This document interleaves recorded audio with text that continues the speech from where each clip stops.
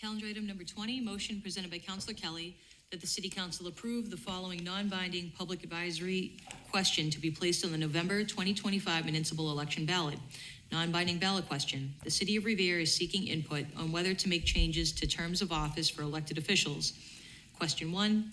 Currently, there are no term limits for elected officials in the City of Revere.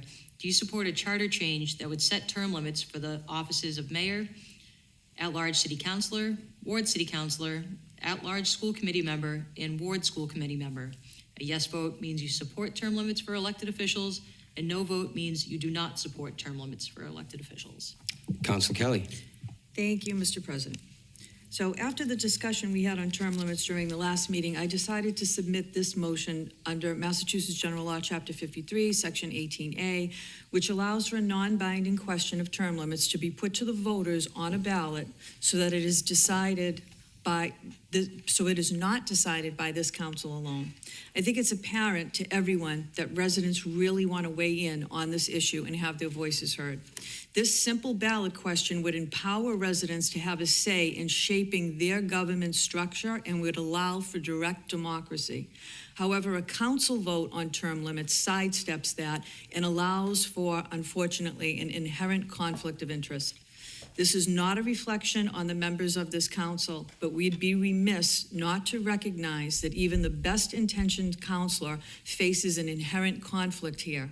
If we alone vote on this issue, we are ruling on our own job security, which thereby creates an appearance of impropriety.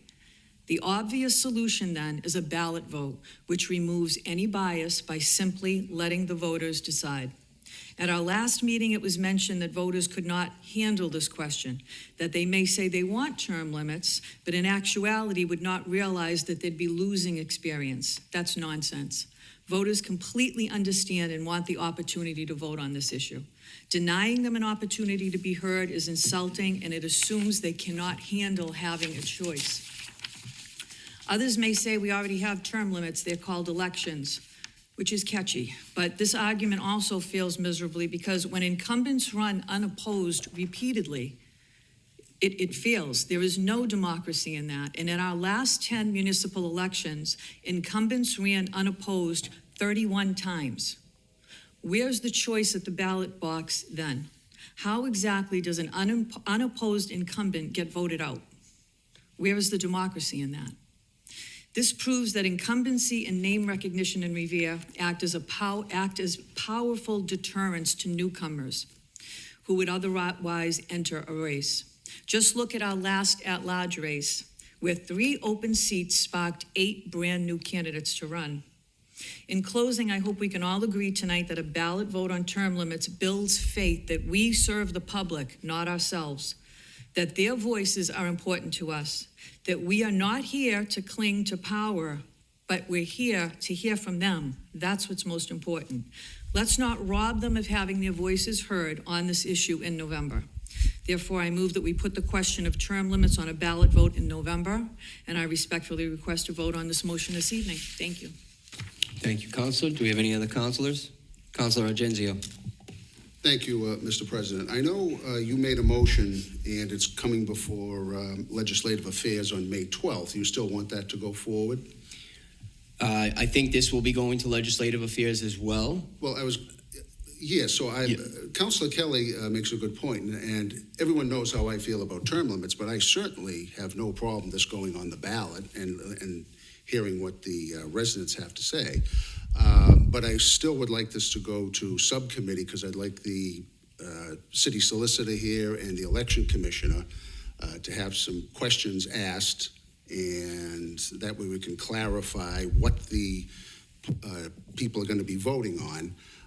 It's still a non-binding question, so it's still, even after the question goes before the voters, it's still going to be a vote of the council, and it's still going to have to go to the legislature. So I don't want anyone to think that, that's the end of it. It still has to go through the whole home rule petition and what have you. So I have no problem it going out to the residents, but I'd still like some questions answered by both the city solicitor and the election commissioner. Thank you. Thank you. Councilor Haas. Thank you, Mr. President. I understand You want to listen to the voters, let their voice be heard. And if this goes on the ballot, that's essentially what you're doing. But with an election, that's what you're doing as well. They're voting for the best candidate that they believe in, whether that's school committee at large, whether that's a ward counselor. I spoke on this at the last council meeting, and I was very positive regarding my relationships with veteran counselors that have been here for years. Have I leaned on them? Absolutely. The mix of new faces and veteran leadership is extremely important for a position such as a counselor. It's something that's necessary. You rely on their advice, and that's how you grow as a counselor. You saw how quickly if you're a new counselor in your first term, you saw how quickly 2 years went. I don't see the benefit of placing a timeline on someone's ability to do a job. I understand the way the original motion was worded was very interesting. Sure, you could run for at-large for 10 years. Maybe you want to run for a ward counselor, another 10 years, so you put in 20 years right there. But I think you need that voice, you need that veteran voice, and I think that's an important thing for new counselors. I don't see the point in someone who's 25 years old. You have a young kid fresh out of college who his dream has always been to be a ward counselor, and he gets in at 22, his first time running, and you're going to say 10 years from now you're done. You can run for school committee, but your time as ward counselor is finished. I don't think that's right, and I don't think we should put a timeline on someone's effectiveness to do a job for this city, and especially one that if they're passionate about it, I don't see why you would take that away from them. And that should be with the voters. They should elect the best candidate possible, and that's where I stand on that. Thank you. Thank you, Counselor. Counselor McKenna. Thank you, Mr. President. I just want to say that I went to school 4 years to be a teacher, and I didn't have any experience when I got in the classroom my first year. It took a real long time for me to get adjusted to teach kids. It didn't take my first year or my second year. It took multiple years. I've been a counselor for 10 and a half years now. The things that I know now, I didn't know back then. I've learned it through years of experience. And I just think that's so valuable when you're a counselor. I mean, I'm here 10 and a half years, and I look at Councilor Zambudo and Councilor Novoselsky still for, knowledge and stuff that I need to know. So I just think time is valuable. I really do. And experience is valuable too. So that's just how I feel. Thank you. Thank you, Counselor. Counselor Zambudo. Thank you, Mr. President. I think everybody knows that I once was for term limits.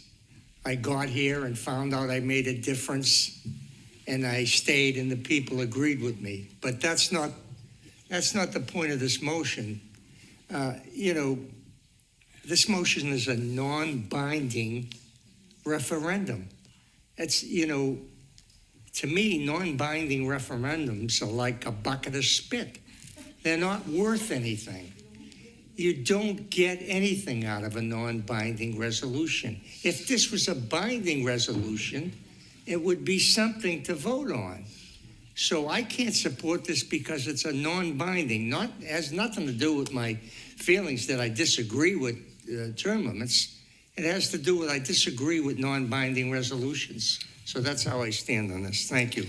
Thank you, Counselor. Counselor Cogliandro. Thank you, Mr. President. So I just want some clarification because now we have two motions before us that are in regards to term limits.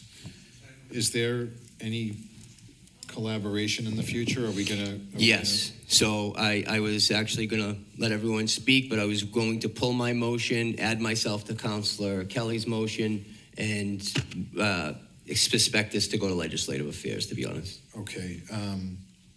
I I have supported term limits in the past, and I don't believe that, and I think Councilor Kelly made this point in different wording, but I don't believe that this decision should start with a body that it's going to affect.